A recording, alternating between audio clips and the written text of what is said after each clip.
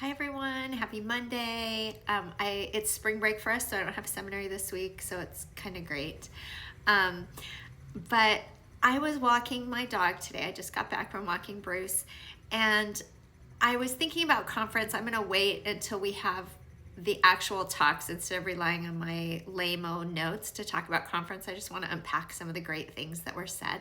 But so today I'm going to kind of dive back into the plagues and Exodus and what happened. And one thing I wanted to bring up, like kind of before we dig into that, is something that was said to me by one of my students, which is Jehovah or God is pretty mean in these plagues. They're pretty awful, and I agree they're awful.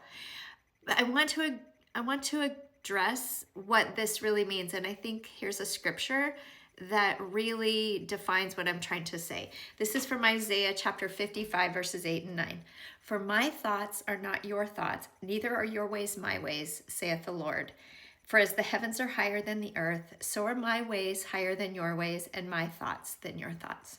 I think it's really important that instead of trying to box the Lord into what we feel is what he should be and nice and loving and all of that stuff, and realize that he is still that good, kind, loving person, but he knows more than we do.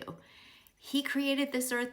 He knows people. He knows more than we do. We need to relinquish our control over every situation and trust that the Lord has got us in this. And this is part of faith, and it eclipses basic logic. So this is something that we have to work on ourselves, which is knowing and trusting that God's ways are higher than our ways, and he maybe knows better than we do. So my invitation to you and to me is, when things don't make sense, maybe we can just relinquish control to the Lord.